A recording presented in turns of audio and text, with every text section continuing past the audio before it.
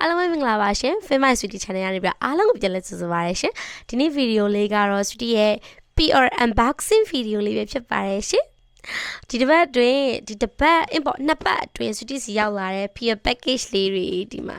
ရှိပါတယ်အဲ့ဒါအောင်မှ Sweetie တယောက်တည်းဖောက်ဖို့အတွက်ပြင်းနေတဲ့အတွက်ကြောင့်ဒီ vlog လေးကိုလုပ်ပြီးတော့အားလုံးနဲ့အတူတူဒီ unboxing လုပ်ကြမယ်ပြီးတော့ဒီထဲမှာဘယ် brand တွေပါလဲဘာပစ္စည်းလေးတွေပါလဲဆိုတာကိုအတူတူကြည့်ကြမယ်နော်ကဲဒါဆိုရင်ဒီမှာစတီရဲ့ချစ်စရာလေး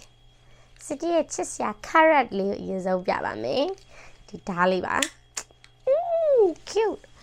so တော့ပထမဦးဆုံးဒီမှာတော့တချို့ brand တွေကတော့နာမည်လေးတွေပါတယ်ပေါ့နော်ဆိုတော့ဒီနာမည်မပါတဲ့ဒီပထမဦးဆုံး box လေးကနေပြီးတော့စလိုက်ပါမယ်ဒီ box လေးကပေါ့တယ်တော့ဘယ် brand လဲတော့ဆိုဒီလဲတေချာမသိဘူးစီရီရဲ့ဒီနှစ်ပတ်အတွင်းမှာကျတော့စီရီဗီဒီယိုလေးအသိမလုပ်ဖြုတ်တခြားအလုပ်ကလေးနည်းနည်းရှိနေရောလေဆိုတော့ထောက်လိုက်ကြရအောင်ရချာချာဒီလေးက sun cream ပထမဦးဆုံး box လေးပါဒါလေးက sun cream လေးနဲ့ဒီဘက်ကဒီ blend လေးကျမသုံးဘူးတယ်ဒါလေးကျမသုံးဘူးတယ်ဒီ brand ကျမသိတယ်ဒါက Frankly brand မှာ Frankly brand ကိုမှာအခုလက်ရှိဒီ Olivier မှာလည်းရှိတယ်ပြီးတော့ဒီဘယ်လိုပြောမလဲကိုရီးယားမှာရအောင်ကောင်းနေတဲ့တဲမှာတခုအပါဝင်ဖြစ်တဲ့ serum လေးဒါလေးကိုဆိုဒီ new launch ခါလာမသိဘူးစီတစ်ခေါက်ပြပို့ဘူးလို့ဆိုဒါလေးသုံးဖူးတယ်ဒါလေးတော့အခုမှစပြီးတော့ try ကြည့်ရမယ် sun cream လေးပါဒါလေးကcloser pore reducing serum လေးပါ Google မှာပဲဖြစ်ဖြစ် TikTok မှာပဲဖြစ်ဖြစ်ဒါလေးကိုရှာကြည့်ကြည့်ပါဒါလေးအခု trending ဖြစ်နေတယ်တကယ်သူ့ရဲ့ pore reducing ဖြစ်တဲ့ effect ကတော်တော်လေးကောင်းတယ်လို့ပြောတယ်အဲ့တော့ Sweetie try ကြည့်ဖို့အတွက်ဒါလေး peer gift ပို့ထားတာပါပြီးတော့ဒါလေးကတော့သူတို့ရဲ့အသစ်ထွက်ထားတဲ့ကဒီ Sika hair sun cream လေးပေါ့နော် Frankly soothing and hydrating sun cream SPF 15+ PA++++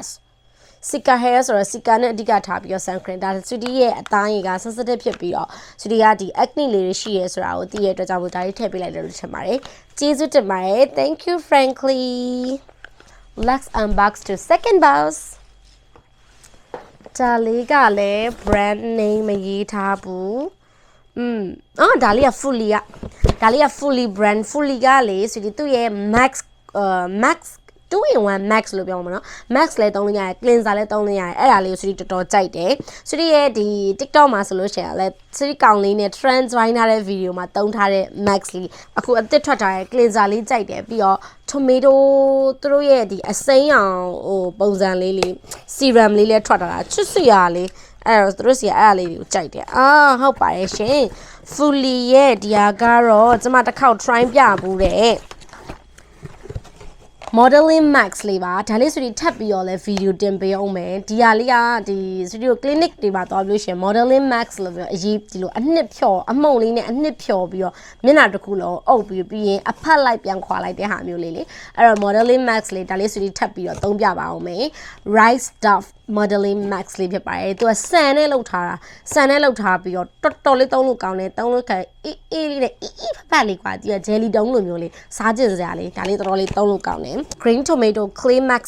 cleanser ပေါ့နော်သူက clay max လိုမျိုးလည်းသုံးလို့ရတယ် cleanser လိုမျိုးလည်းသုံးလို့ရတယ်ဆိုတော့သူ့ကိုသုံးပြထားတဲ့ video လေးတွေ Sweetie ရဲ့ TikTok မှာရှိပါတယ်သိကြလို့ရှိရင်အခုကလေးကသွားပြီး Sweetie ရဲ့ TikTok မှာသွားကြည့်လို့ရပါတယ်အခု Sweetie စီ PR လေးထပ်ရောက်ထားတယ်ဆိုတော့နောက်နေ့ကြလို့ရှိရင်လည်းဒါလေးကိုထပ်ပြီးတော့ Sweetie review video လေးထပ်ပြီးတော့တင်ပေးပါမယ်ရှင်နောက်တစ်ခုကတော့သူတို့ရဲ့ green tomato cream လေးပါဒီခုနပြောတဲ့အဲမှာ Sweetie ရဲ့ဒီ green tomato cream ကိုတော့ Sweetie မသုံးဘူးသူ့ရဲ့ serum ကိုတော့ Sweetie သုံးဘူးတယ် serum လေးကဒီအနံလေးကလည်းဒီဘယ်လိုပြောမလဲခရမ်းချင်ဒီအစိမ်းပုံစံမျိုးလေးကွာဒီလားအနံလေးရောပြီးတော့သူကဒီ pore cleansing နဲ့ဒီ mask ကကြတော့ clay mask လိုမျိုးက pore cleansing အတွက်ရောဒီ pore မှာရှိတဲ့ချွေးပေါက်ကျဲတာတွေအတွက်ရောသုံးပေးလို့ရတဲ့ cleanser 2-in-1 cleanser ပေါ့နော် clay mask ကို cleanser သုံးလို့ရတဲ့ဟာအဲ့ဒါအောင်မှသူ့ရဲ့ serum လေးတွေတွဲသုံးလို့ရှိရင်တော်တော်လေး effect ထိတယ်အဲ့ဒါအောင်မှအခု cream လေးပါ Sweetie စီကိုထပ်ပြီးတော့PRပို့ပေးလိုက်လဲဆိုတော့ Sweetie ဒီ cream လေးလည်း try ကြည့်ကြပါရရှင် thank you fully ဒါတော့ fully ရဲ့ box လေးပါ second box ဖြစ်ပါရရှင် ဒါလေးကတော့စီရီဒီယာလေးကတော့မှတ်မှတ်ရပါပဲဒါ ingredients ကနေစီရီကိုပို့ပေးတာပါစီရီအရင်တပတ်ကျော်တော့လာမသိတင်ထားတဲ့ TikTok မှာတင်ထားတဲ့ဒီ Olive Young ရဲ့ရောင်းအကောင်းဆုံးဒီ product 3ခုရှိရပေါ့နော်အဲ့ဒီ product 3ခုထဲမှာ ingredients ကပါတယ်သူ့ရဲ့အထူးသဖြင့်တော့ barrier cream ကတော့တော်လေးကောင်းတယ်ကွာ barrier cream ဒီ moisturizing cream လေးကစီရီဗီဒီယိုထဲမှာလည်းသုံးပြထားတဲ့တူရမလားလုံးဝ glow glass skin ကိုတန်းဖြစ်သွားတယ်ပြီးတော့makeup ကိုရမ်း smooth ဖြစ်လို့ makeup မလိမ့်ခင်ပေါ့နော်အဲ့ဒါလေးတစ်ခုလိမ့်မယ်ဆိုတော်တော်လေးကောင်းတယ်ပြီးတော့အသား၆တဲ့သူတွေအတွက်ဆိုလုံးဝကွက်တီပဲဆိုတော့ဒီထဲမှာဗာလေးတွေပါအောင်မလဲဆိုတော့စစ်တက်ကြည့်ကြည့်လိုက်အောင်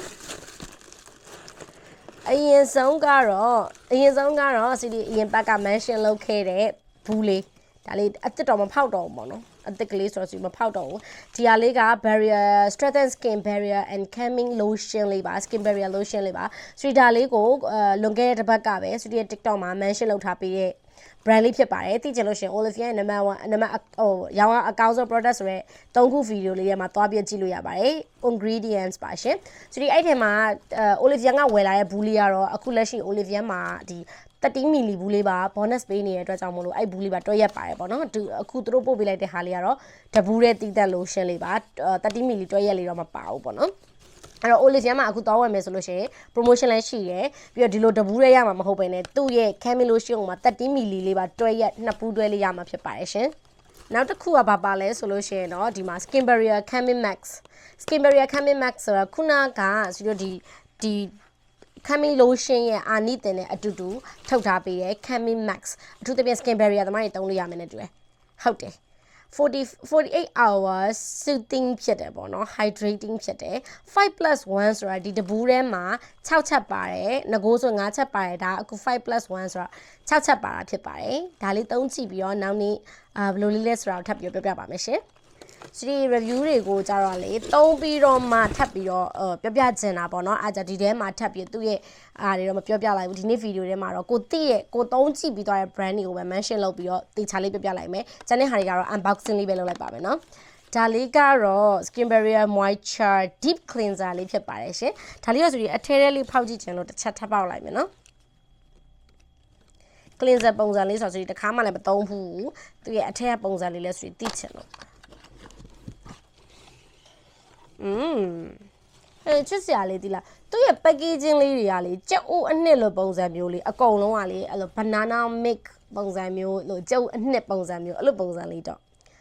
ဒါလေးက pore clear and moisture တဲ့ skin barrier care ပေါ့နော် skin barrier သမားတွေအတွက်ကောင်းတယ်ဆိုတော့ဒါဆိုရင်ဒီ ingredient ကအခုပို့လိုက်တဲ့ဒီ set ကလေးอ่ะဆိုလို့ရှိရင်စတိအထင်ပြောရရင် sensitive စတိလို့ sensitive သမားတွေလည်းတက်လိမ့်မယ် barrier သမားတွေအတွက်အရန်အဆင်ပြေပြီးတော့ moisturizer လိုချင်တဲ့လူ moisturizing အရန်ဖြစ်ချင်တဲ့ hydrating ဖြစ်ချင်တဲ့သူတွေအတွက်အထူးသဖြင့် dry skin တွေအတွက်ပို့ပြီးတော့သုံးလို့ကောင်းမဲ့ product လို့ထင်ပါတယ်။ तू ကတော့ all skin type သုံးလို့ရတယ်လို့အမြဲတမ်း mention လုပ်ပေးတာ။သူတို့ရဲ့ option ဒီ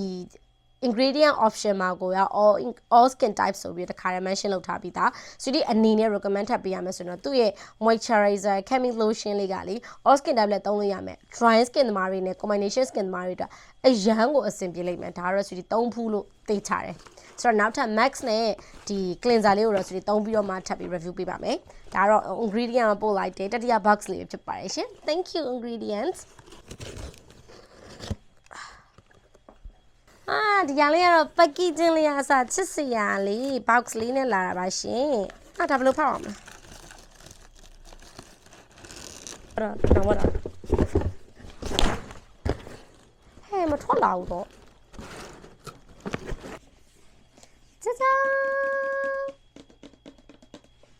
ဒါလေးက panel ကဖြစ်ပါတယ်ရှင် panel ကကျမရဲ့ဒီ followers တွေကနေပြီးတော့ panel ရဲ့ cushion လေးကို try ကြည့်ကြလို့ဆိုပြီးတော့စီဒီတောင်းဆိုနေကြတာ finally စီဒီ got it စီဒီဒီလေးရလာပါပြီ from pure nature with the potency of science natural skincare brand with ingredient sources from New Zealand panel ဖြစ်ပါတယ်ဆိုတော့အထဲမှာcushion လေးသုံးဖူးရဲ့ဒါလေးရင်ချလိုက်မယ် cushion လေးသုံးဖူးရဲ့ပြီးတော့ Cica cream gel cream လေးတစ်ဖူးရဲ့ပါပါတယ်ရှင် thank you Vano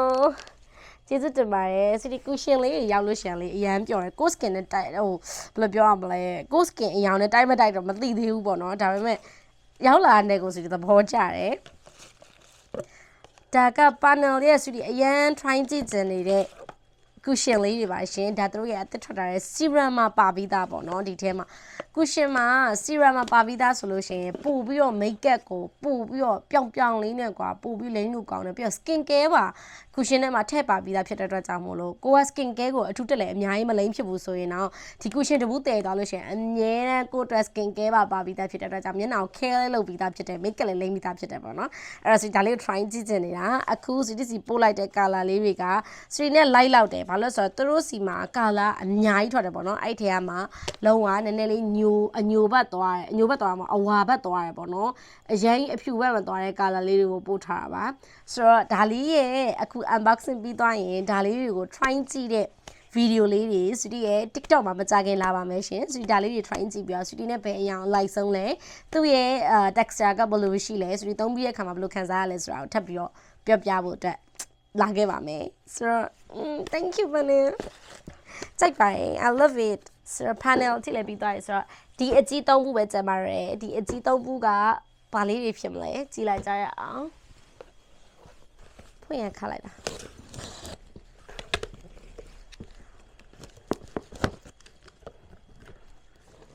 ဒါလေးလည်း box လေးနဲ့လာတာပါရှင်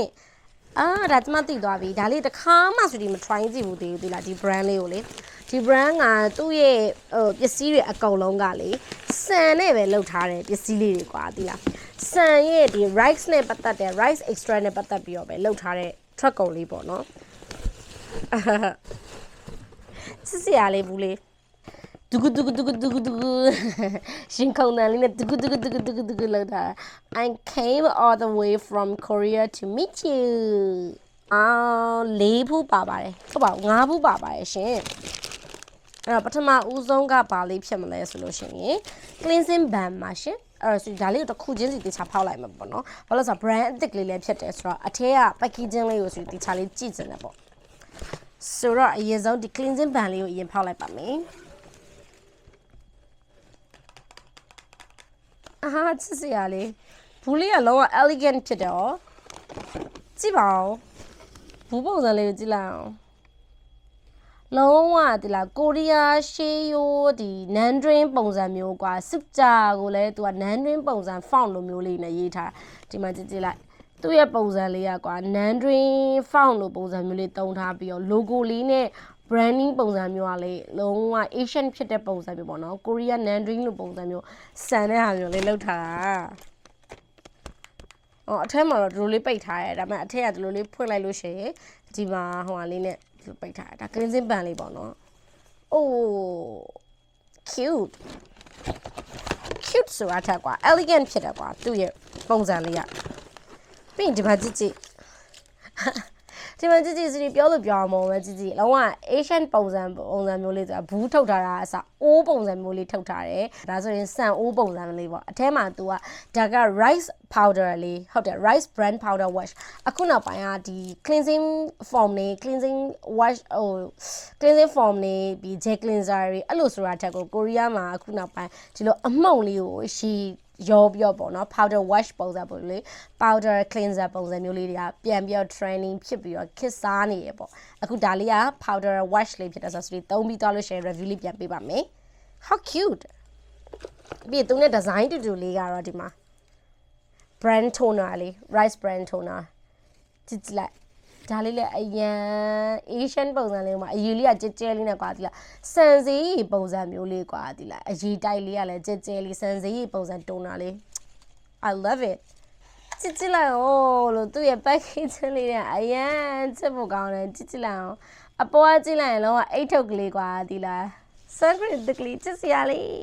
အိုးကြိုက်တယ်အထက်က result ကတော့ဘယ်လိုလာမလဲမသိအပြင်က packaging လေးနဲ့ကျွေးနေပြီဒါလေးကတော့ facial moisturizer ပါ rice brand facial moisturizer ဖြစ်ပါရဲ့ရှင်ရိုးရှင်းလေးနဲ့ elegant ဖြစ်တဲ့ boost style လေးပါဒီမှာ moisturizer လေး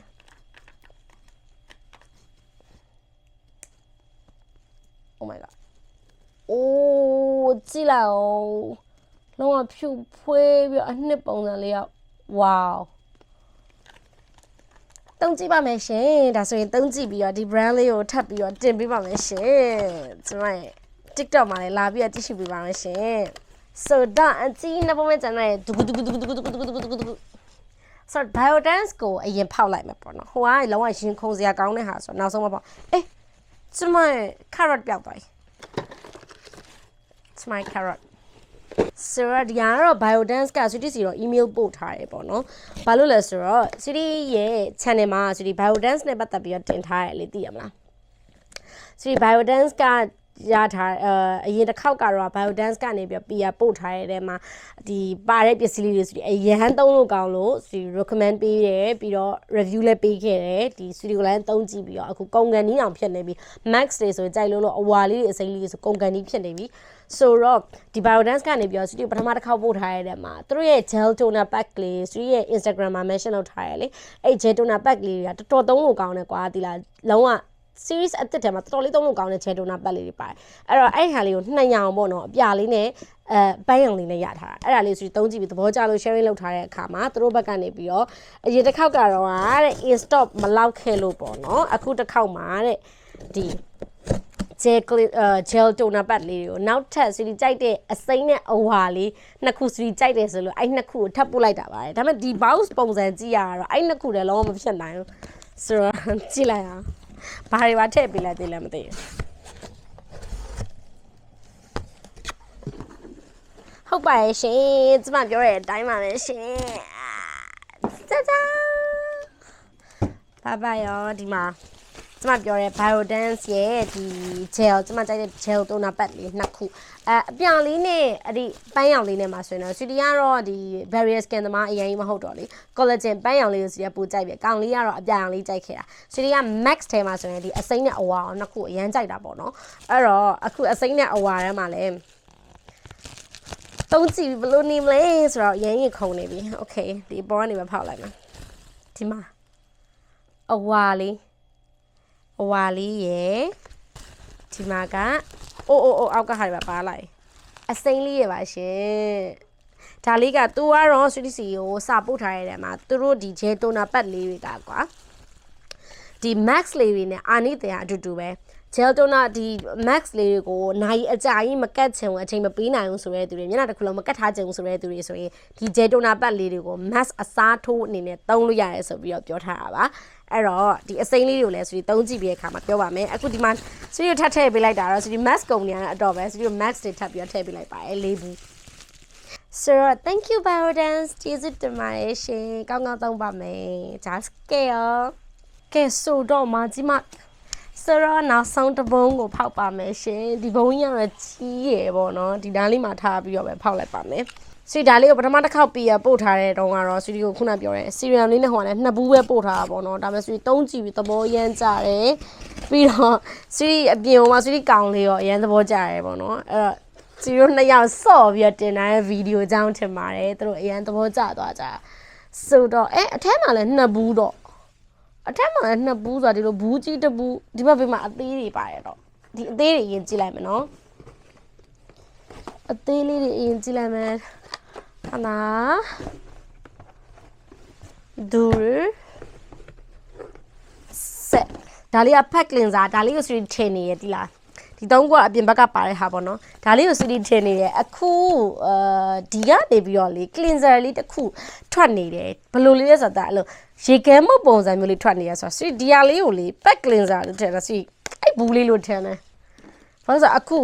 တချို့တွေတုံးကြည့်ပြီးပြီကွာဆိုဒီဗီဒီယိုလေးတွေးလိုက်တယ်ဒီလားဒီကထုတ်ထားတဲ့ဗီဒီယိုလေးဒါအခုအစ်စ်ထွက်တဲ့ဟာလေးတွေပို့ပေးလိုက်တာထင်တယ်ဆိုဒီအထင်ပြောပါတော့အိုးဟာချလာ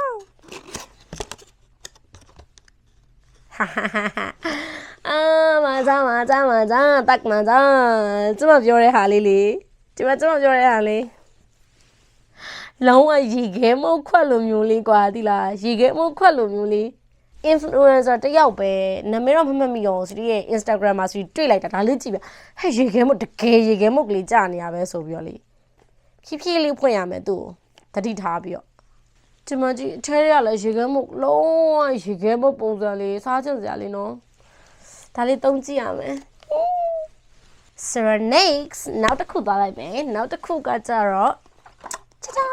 ဒါလေးကဒါလေးကဘာလေးလဲ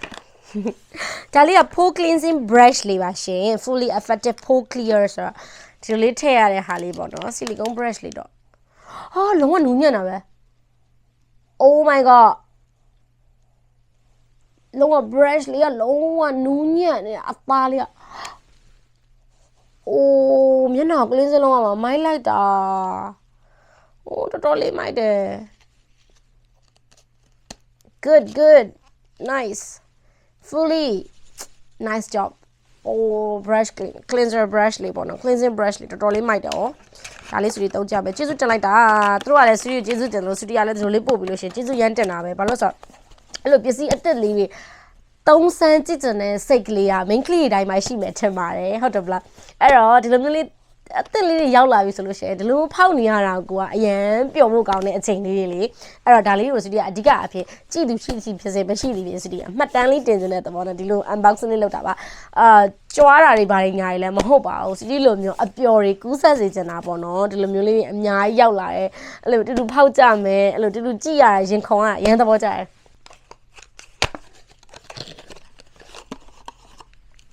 ဒီမှာရိုးကမဟုတ်ပဲ capsule cream လို့ပြောတယ် capsule cream ဆိုတာအထဲထဲမှာအဆီလေးပါမယ်ထင်တာမဟုတ်ဘူးတော့ဒါရိုးဆန် moisturizer ပုံစံမျိုးလေးပဲအနက်တော့မရှိဘူးဆန်အနက်လိုမျိုးလေးပဲရတယ်ဆိုတော့လုံးဝ pure ဒီ rice ဟိုဟာနဲ့တူတယ် rice ဟုတ်တယ် rice ceramide capsule cream လို့ရေးထားတယ် fully ထုတ်ထားတာပဲဒါလည်း fully ပဲထုတ်ထားတာ rice ကိုမှာ rice brine water ကိုမှာ59% rice brine water ပါတယ်ကွာအဲ့တော့ stretching skin barrier ဆိုတာ skin barrier ဖြစ်တာမျိုးတွေ skin barrier သမားတွေအတွက်ကောင်းတယ် skin barrier ဖြစ်တာကိုထိန်းညှိပေးရဆိုတော့ barrier မဖြစ်အောင်လို့ပေါ့နော်ထိန်းပေးရဟာမျိုးပြီးတော့ vegan formula ဖြစ်တဲ့အတွက်ကြောင့် vegan product ဖြစ်တဲ့အတွက်ကြောင့်စိတ်ချပြီးတော့သုံးလို့ရပါတယ်ဒါဘာလဲမသိဘူးသူတို့ box ထဲမှာထပ်ပြီးတော့သူတို့ box တက်ထည့်တာတော့လုံးဝ tomato တူလာလည်းမကြည့် fully okay အဲ့ဒီလိုခွဲရတာကအရတာတော့ oh my god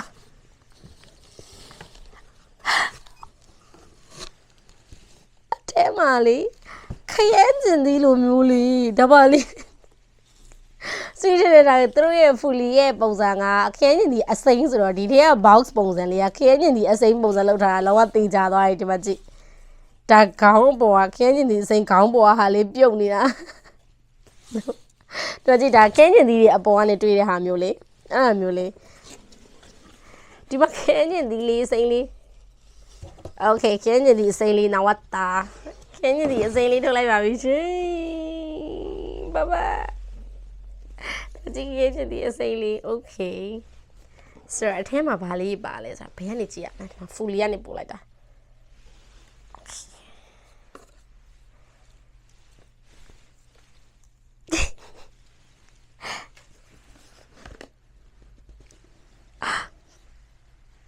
ဒါလေးကထွက်နေ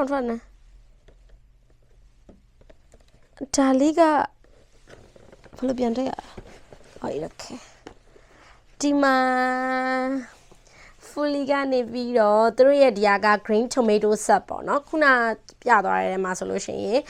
rice set လေးလည်းရှိရ brine rice set လေးဒီဟာကတော့ green tomato series set လေးပါဒီမှာစီဒီခုနပြခဲ့တဲ့ serum လည်းပါတယ် cream လေးလည်းပါတယ်ပြီးတော့ဒီမှာ cleanser ပေါ့နော် clean mask cleanser လေးလည်းပါတယ်ဒီမှာ toner လေးလည်းပါတယ် toner ဘူးလေးကကြည့်လောက်အရက်ဘူးလိုမျိုးလေးတောက်ချင်စရာလေး toner တော့ဆိုရင်တစ်ခေါက်မှကိုမ try ကြည့်ဘူးတစ်ခေါက်မှမ try ကြည့်ဘူးသေးဘူးဒါလေး try ကြည့်ပြီးတော့မှဘယ်လိုနေလဲဆိုတော့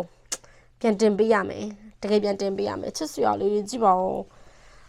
ဆိုရင်ဒီဘူးလေးနဲ့ဆိုရင် TikTok မှာဒီထဲကပစ္စည်းလေးတွေကိုပဲသုံးပြီးတော့ဒီဘူးလေးနဲ့တရက်ရိုက်ပါဦးမယ်ဘယ်လောက်ချစ်စရာကောင်းနေမလဲဆိုတော့ကြည့်အောင် thank you fully ကျေးဇူးတင်ပါတယ်ရှင်စီးတဲ့အခုလိုမျိုး unboxing တွေဖောက်ပြီးတော့အတူတူကြည့်ရတာကိုလည်းရင်ခုန်ရတာကိုလည်းသဘောကျမယ်လို့ထင်ပါတယ်ရှင်ဆိုတော့ Sweetie ရဲ့ famous Sweetie video လေးတွေကိုကြည့်ရှုအားပေးရတဲ့အတွက်အားလုံးကိုကျေးဇူးတင်ပါတယ်ရှင်နောက်ထပ် Sweetie ရဲ့ vlog တွေမှာလည်းပြန်ဆုံကြပါရရှင်ကျေးဇူးတင်ပါတယ်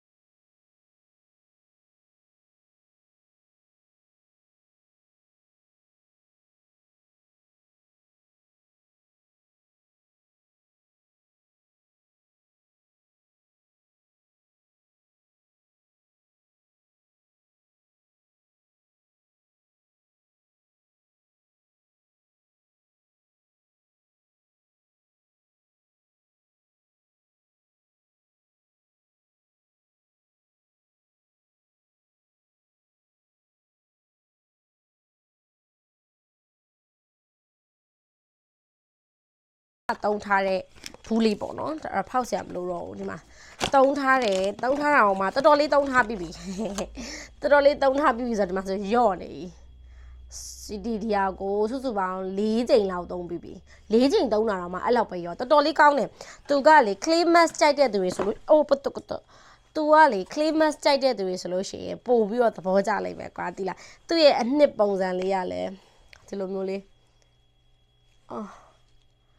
လုံးဝ clay mask လို့ပုံစံမျိုးပဲကြည့်ဒီလိုလေအဲ့လိုလေပေးအများကြီးထည့်စရာမလိုဘူးလက်နဲ့ပဲကွာလက်နဲ့ပဲမျက်နှာတစ်ခုလုံး blend လုပ်လိုက်လို့ရှိလို့ရှင် clay mask လိုမျိုးဗလေ studio